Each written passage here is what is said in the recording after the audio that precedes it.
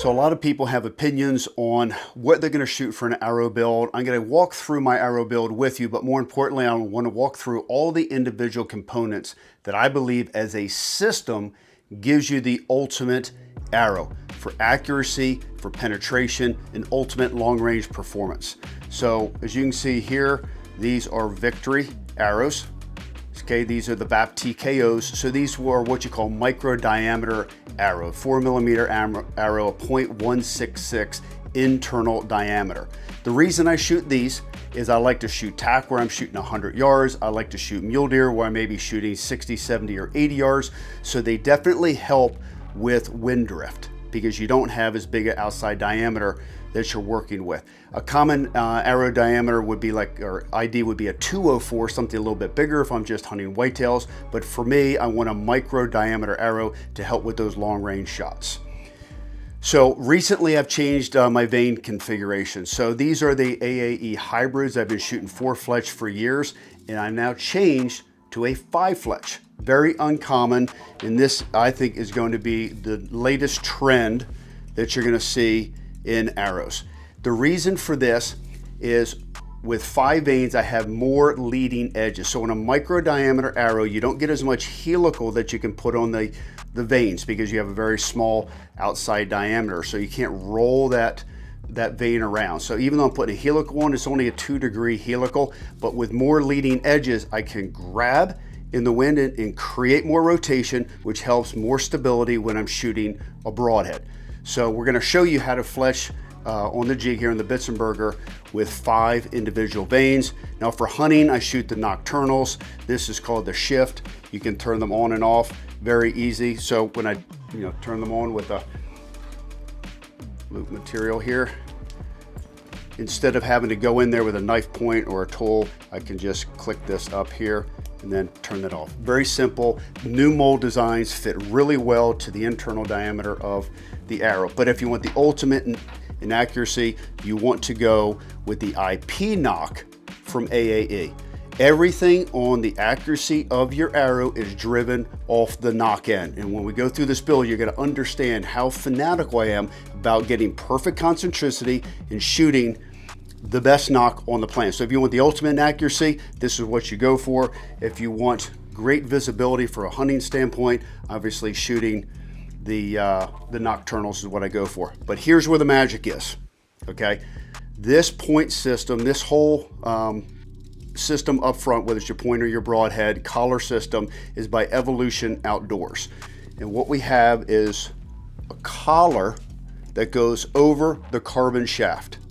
And the reason for this is when your arrow impacts either a target or the animal, you have all of this force driving forward. And as it impacts, that force goes in any direction that is the weakest. Now, if your weakest is right here at this joint, it's going outward and not creating penetration through the target or through the animal. So here I can direct the energy towards the penetration of the shaft by using the collar because I preserve the integrity of the end of the shaft.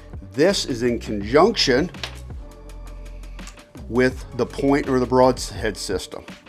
So here are the broadheads that I'm using. Evolution Outdoors, this is their hide broadhead. So you can see this is one piece, all steel. I personally shoot 175 grain head. The reason is I want 17 to 19% front of center. Now that's tough to achieve when you're shooting a lighted nock because I'm adding 20 grains to the back of the shaft. So here, this is all one piece construction. There's no insert into the end of the arrow. Okay, so these glue in by going right in there. This is the ultimate in integrity because again, you have a stiffer front end in conjunction with the collar. Now I have no weak point because I don't have an insert that's screwed in. I do not have a joint. This is all one piece. This is all steel. Now my choice on broadheads, so this is actually called the Jekyll and the Hyde. So this is the Jekyll. This is the Hyde. Same ferrule you can see on both of these. This is a fixed blade. This is the mechanical. All I have to do is, you can see the front tips are identical. All I have to do is take out this fixed blade. I can put in a practice blade, I can put in the Jekyll wide and have a bigger cut in diameter, or I can go with the expandable. This is a 2-inch cut here. Try not to cut my fingers off while I'm showing you this. So that's what it looks like fully deployed. So there's no collars, no rubber bands. It has a little pin in here, cartridge pin, that keeps this closed in flight, and that is completely replaceable. And then if you're a big whitetail hunter and you want a little bit bigger cut, this is called the Whitetail Fury, which gives you a 2 1/4 inch cut. So look at that. That is absolutely massive. But again, it's the combination of this system. I'm going to walk you through the process, but remember, everything is driven off the back end of the arrow. It's got to be square, and it also has to have great concentricity on the back end of the arrow. So how do we know the back end of the arrow is the best in concentricity? So when they make these and they pull the mandrel out, if it isn't pulled out completely straight, you can get a little bit of wobble off the end of the shaft. Now, I'm not shooting 31 inches. I'm going to trim this down to 27.5 inches. So what we do is we take a pin, 0.166. This is called a gauge pin. And we can put this gauge pin in the back end of the shaft like that. So this is a device here by AAE. It's used for straightening arrows or indicating arrows. And then I can roll this. And you can tell my indicator is right on the pin there. As you can see this rolling here. What I'm looking for is a maximum of 2 thousandths total range, total indicator range, TIR. Okay? So each one of these lines is a 0.5 thousandths. So that's right. Oh, that's a little bit more than we want. All right, so what do we do when we're not within the 2 thousandths range? We're going to start trimming the end of this off about a 1/2 inch at a time. So you saw what this indicator was here. So now what we're going to do is we're going to put this in the saw. And we're just going to take a small little cut.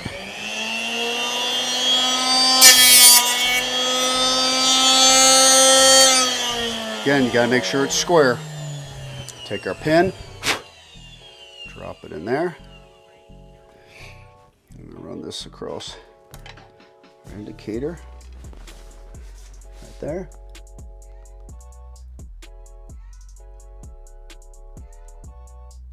Still a little bit more than I would like.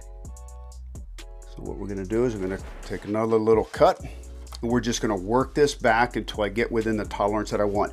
And again, I've got 3 inches that I can work on this shaft because I'm not shooting a 31-inch arrow.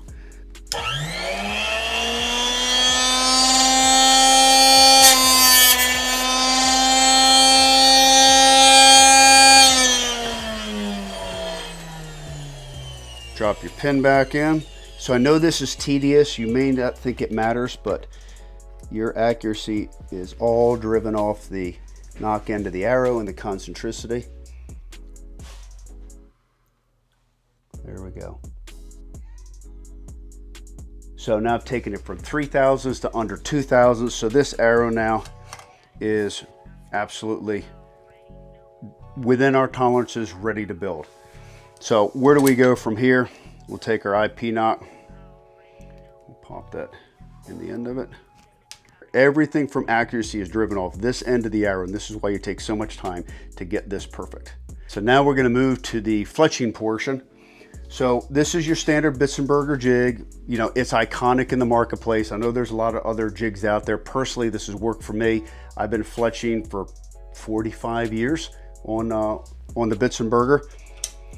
But as you can see here, the knob, this knob is designed by AAE. Now they make them for 3 fletch, 4 fletch, 5 fletch, 6 fletch. So this right now is designed for your 5 fletch. As you can listen to this, click, click. Very, very good, audible, tactile, fits in there. So when you turn it, you know it indexes absolutely perfect, because we need to get 5 fletchings on a very small diameter shaft. It's always good. You can take the AAE Max Clean arrow wipes right there. And all we want to do is make sure we get any carbon off the shaft. Now, the vanes that we're going to use, we're changing to air razors now from the hybrids. I'm going to tell you why here in a second. They do not require any primer pen. So we'll put these in here like that. Okay, so let's talk about vanes for a second. So here's what I was shooting in the past. One of the top vanes in the marketplace. These are the hybrids. But see this little bit of flex in the vane? This is very good because it'll help curl, grab the air, and give you stability. But now look at how stiff the air razors are. And the reason I've gone to a stiffer vane is less noise. Because when they curl and grab the air, they can flutter a little bit. So you have fantastic accuracy, great adhesion to your shaft, great durability if you go through a target because they have great memory, they come back. But they're a little bit noisier than the air razor. So when Nick Fisher, who owns AAE, was designing these, he's trying to go for the quietest vane possible. So I've stepped it up now to the air razors here. If anyone is curious, by the way, these vanes, your hybrids, hybrid 23s and air razor 23s are the same identical shape. It's just the material that's different on this that makes the air razors a little stiffer. This part, everybody knows. You guys have watched a lot of other YouTubes on how to fletch arrows. There's really not a lot of secret to this. Just pop it in your jig there. You see I've got a little dot there that aligns it so I know I'm in the same place every time and I don't forget. Here's another very, very important part. So this is max bond. These are specifically designed for vanes and obviously the AAE vanes. But here's what you want to pay attention to on every time you use anybody's glue. There's an expiration date on it. Okay, sometimes it sits on the dealer shelf for a while, or you have it sitting in your kit for a while and you go take it out. If it's past the expiration date, throw it away. You will absolutely lose adhesion if you do that. Not real tough here. Just take your glue, put a thin little bead down it like that. A little extra on the ends. It sets up very quickly. Pop it in your clamp, drive it down. I normally roll it from the bottom to the front like that, and I press it down. Very, very strong magnet holds it into place. It's really that simple. Now, I've already gone through the adjustments here, and you can tell the helical is going to the right, because this is a right helical clamp. So you can see there is less spacing on the shaft here, and how it rolls off to the side there. You let it sit there for about 15 seconds, squeeze it, pop it off, rotate it. I always push down to make sure nothing has changed on my rotation. So take next vane, pop that in there. I try not to take my fingers and touch this with any oils or contaminants you have on your finger. It could potentially affect your adhesion on the shaft. Again, pop it in there, push it down to the bottom, roll it from back to front. That's just how I do it. Everybody has their own style. I push, let the magnet do its job. 10-15 seconds. It does not take very long. But now you are fletching 5 vanes, so it takes obviously longer than it takes before. So at this point, we're just going to go quickly fletch up all 5 vanes here and then move to the point installation.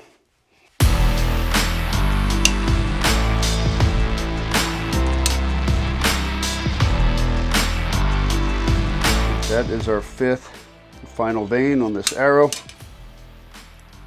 it out.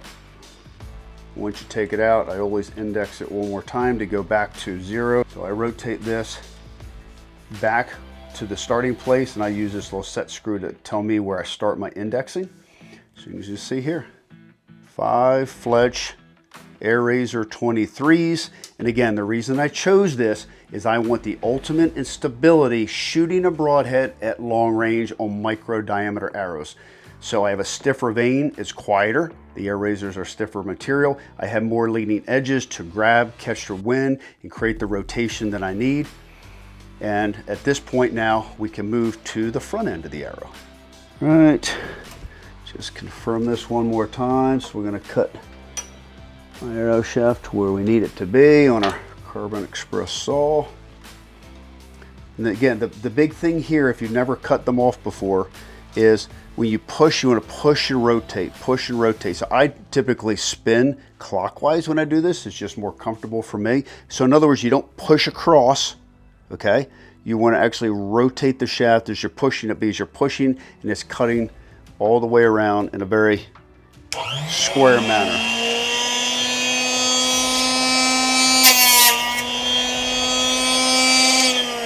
Roll and cut. I'm going to take our wipe here, wipe any excess carbon dust off there. Okay, so now we're going to do the point installation. So again, we had the opportunity here. We could shoot the Jekyll or the hide. I'm shooting the hide expandable. This is your standard 2-inch expandable. And here's how you install this. So here's our collar. So what we want to do is we want to put a collar on the Broadhead like this. So I put these in with hot melt glue, and the reason for this, so this is a low temperature hot melt glue, is if I damage a point, damage a Broadhead, it's not fixed in there forever. I can heat this up, low temperature, heat the point up, pull it out, replace the point. If I put this in with like a Max Bond, which is a fantastic adhesive, it's in there permanently. So if I'm just installing an insert, I'll use Max Bond. If I'm installing this system here where I don't have an insert, I'm gluing the entire point in, I'm going to make sure that I use a low temperature hot melt. Put that on there.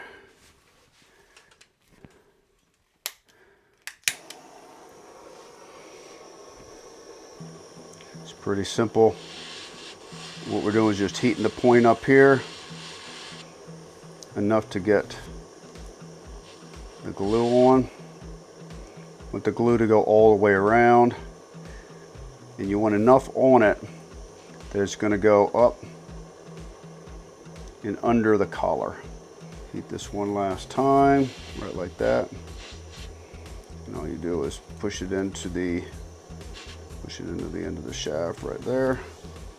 Push it down and turn it like this. So the glue is actually going to go up, come over, and lock the collar in place. So that's it. That's the installation. Now, while it's still hot, if some people want to align this a certain way, I can do this. And I can still pivot my shaft. I don't want to cut my fingers here. So you can see these are all spine aligned. So I typically put the spine alignment towards the bottom. Let me turn my nock line to the spine align, and I can turn my Broadhead. So now my Broadhead blade here on the leading edge is in line with how I'm nocking the arrow. Personally, if your bow is properly tuned, it doesn't matter, but some people like to have everything in place. I'm one of those people. So that way I know all the vanes are in one location. I know my spine is aligned up and it's in line with my nock, which is now tuned perfectly to my point. So there is your ultimate arrow build for long range hunting application. Evolution Outdoors. Again, this is a Jekyll in the hide. This is the hide expandable, as opposed to the hide here, which we replace the blades and make it a fixed blade. The collar system by Evolution Outdoors. Victory makes the arrow, TKO VAPS, micro diameter, 0.166 internal diameter. Remember, we used a gauge pin and we put this into the back of the shaft like this. And we ran it over this dial indicator here, right here from AAE. So we were able to cut the end of the shaft off to make sure I'm within 2 thousandths total indicator range around the circumference of the ID of the shaft. And then we went ahead and fletched this with the 5 Fletch AAE air razors. And again, they're quieter, they're very stiff, and with 5 Fletch, I have more leading edges to control my Broadhead at longer ranges. So at this point, we can go outside, we can shoot all these, but I still have a half a dozen arrows to fletch. I hope you guys enjoyed this, because I consider this the ultimate arrow build for whitetail, mule deer, and elk hunting.